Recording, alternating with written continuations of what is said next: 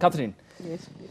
Now, from the advice that you are conveying to the stepmothers to be, because they have their own interest in coming on board, but also there's the important aspect of safeguarding the interest of the man. In this case, he has an asset in the kids.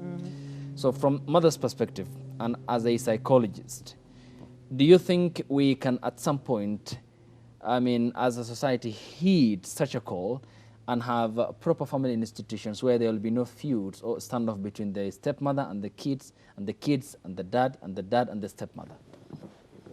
Thank you for that question, Ayub. I believe it is possible, but now this is dependent on how all the parties handle their bit.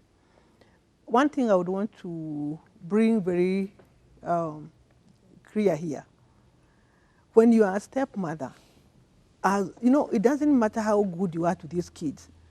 I don't know what happens to our society. They always look at you with that bit of, you cannot love these children as your own.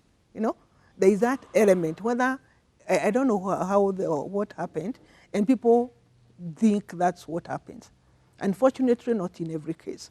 So for this person coming in, let them be very clear in their hearts and in their mind. You will not be adhering to everyone. Why am I saying this?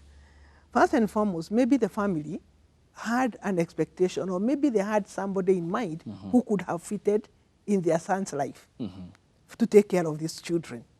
So it doesn't matter what you do, they'll get everything from the negative part of it.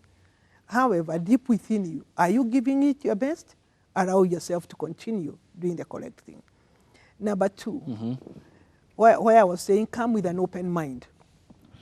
It's not a must that these children will value or appreciate you.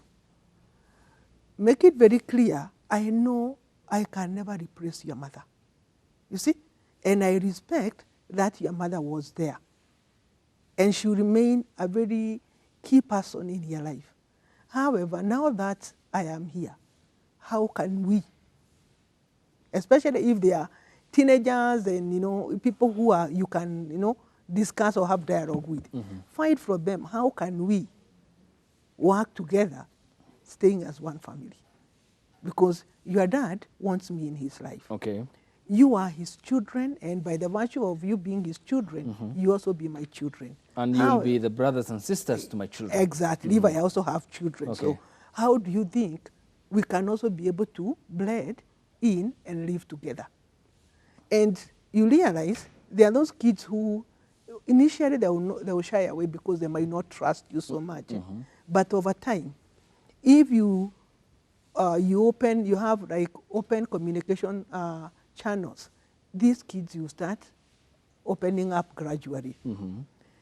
However, be very much aware, as Karaja has said, there will be some bad elements, whether in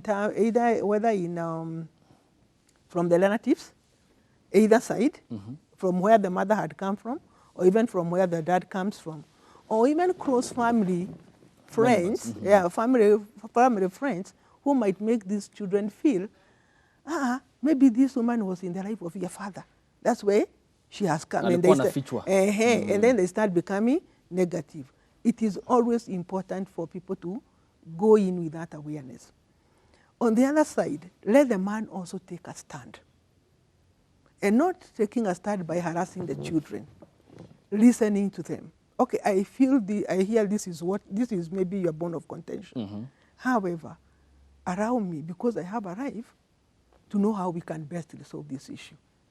So it is a very tricky situation. However, it is doable, depending with how the parties engage, the in-depth at which issues are addressed, and how best people get away of resolving issues. It's all dependent on the establishment of a communication channel the communication and understanding. Channel. Exactly. Okay. Sami, now let's go on the flip end of the discussion. We have talked about largely the widower or the widow part, and more or less when it comes to the picture of whether they are sons or daughters or a mix of sons and daughters. Now, let's have the discussion from the point of when there's divorce or separation. and this is where the problem arises now. I mean, besides assumption of that role, it also is bearing an enormous consequence on the kid. Just as Winnie said, that I don't know my father. Maybe it's because of, as a result of separation or divorce. Now, we'll come to the psychological bit and the warfare it might have on the kids. But how is divorce perspective different from a situation like a widow or a widower and the extra responsibility that one of the partners assumes when it comes to raising of the children? In divorce case, especially, let me mention about the Constitution, which was there previously before 2010. In the previous Constitution, it stated, if you had a third party, you as a couple, third party means the kids or a kid for that matter, you cannot be divorced within a year. It will take some time, maybe you reconcile later, so you're given a separation mode whereby two of you are still responsible for the third party without hurting the third party. The 2010 Constitution is so challenging when it comes to that. It doesn't put a third party on board. But it only mentions marriage. Yeah, it doesn't put a third party on board. So whoever has a big stake in the bank goes with the kids. And has to pay much of the bills. Yeah. So that's the case with this. But now, physically, now when we come to the groundwork, you have divorced. You have said, wacha aende. It will affect the kids or a kid in different dimensions. Number one, if he knew or she knew his father very well, or for that period they stay together, whenever she visits or she goes for a visitation to his friend's house and meets other kids calling their father dad, they are taken out for a meal or playing together with their father, psychologically the impact is bigger than the physical. Because when she goes home, she knows mother is not there, dad is not there. In either way where the kid will go, she knows one parent is not there. If my father was there, we could be playing with my father. If my mother was there, she could have done this. Now, let's go back to academics. If that boy or child was sharp, the brain was active by 12%, it drops to 5%. That is negative 7. Negative 7. So if even if he's sharp or whatever, and the brain has dropped to 7 negative, it's negative 7, it means he or she is not performing.